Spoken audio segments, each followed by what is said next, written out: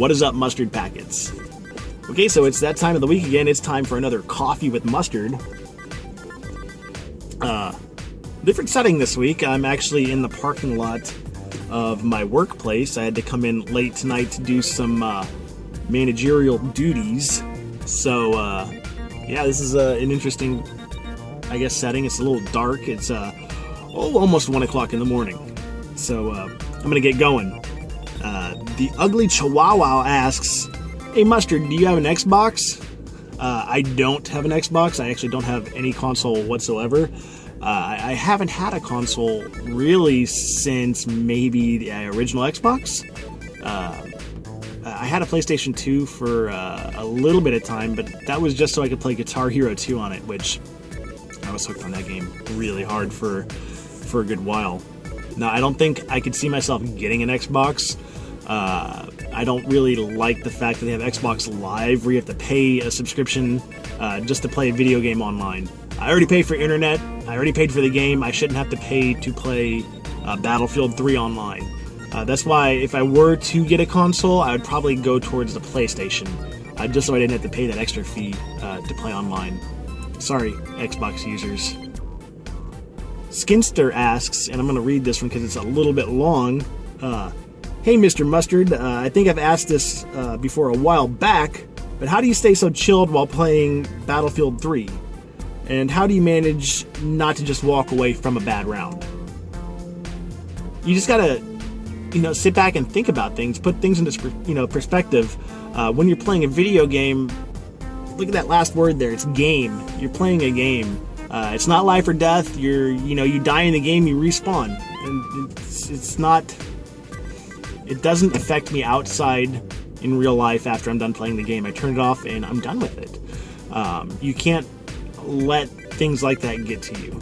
It's just have fun with it, and no matter what, just realize that no matter how bad shit gets in that video game, people have it really bad off in real life and don't have a chance to play that video game that you're sitting down to play. So sit down, enjoy it, have fun. If you get owned, have fun with it, laugh, oh shit, I just got my ass kicked. Oh well, maybe better next time. Symmetrical Bishop asks, "Hey, Mustard, will you do more You Mad Mustard soon?"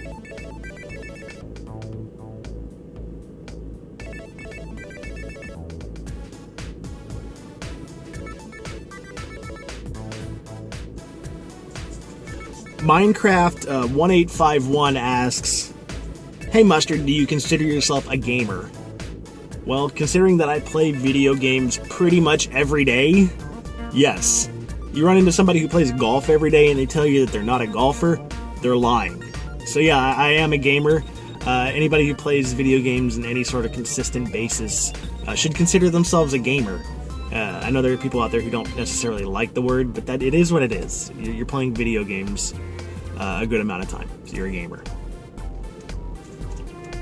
Ilux88 asks, "Hi, Mustard." Smiley face. "How did you meet your wife?"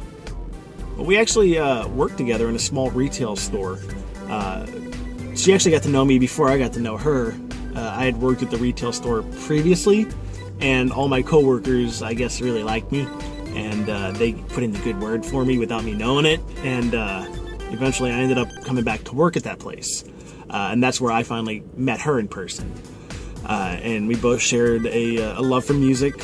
She played piano, guitar, pretty much anything you put in front of her she could play.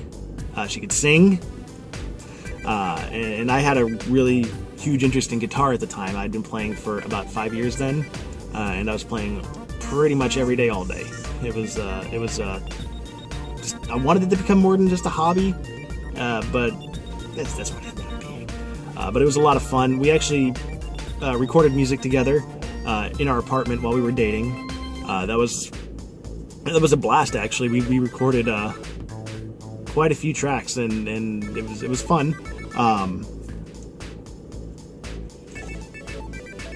But really, I'd say about a month into actually dating her is when I knew that she was really something special. I mean, I knew she was cool and I knew she was awesome, but something clicked about a month in. I was like, holy shit, this girl is fucking awesome.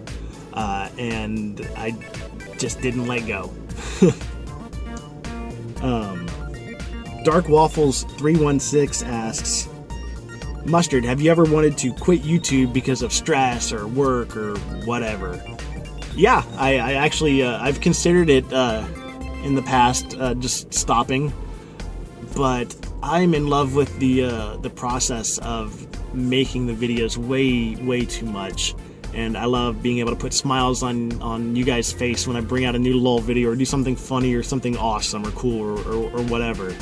Even back when I was doing the whole music recording thing, I was the one in charge of mixing the tracks down and making it into the final product. That's just something that's really right up my alley, is the whole creativity and the being able to build something out of nothing and put it together and make it something cool. So while I've considered quitting the YouTube thing, I don't think I could ever do it. I've even said in the past, if I had one viewer for every video I ever put out, or even no viewers, I would still do it. It's just fun for me to do. And granted, you know, I work a 40-hour work week at work plus, and then on top of that work, gosh, I'd have to say another 30 or 40 hours a week on the YouTube thing. It keeps me really busy, and there are times where I feel burned out.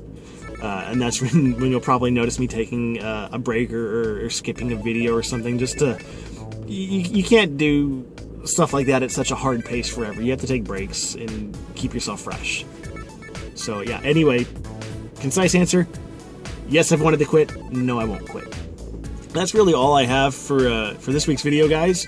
Remember, if you have anything that you want answered, just put it in the comments below. If I haven't answered in the past, go ahead and put it down there again. Who knows, maybe I'll be able to get to it this time. Maybe it'll catch my eye.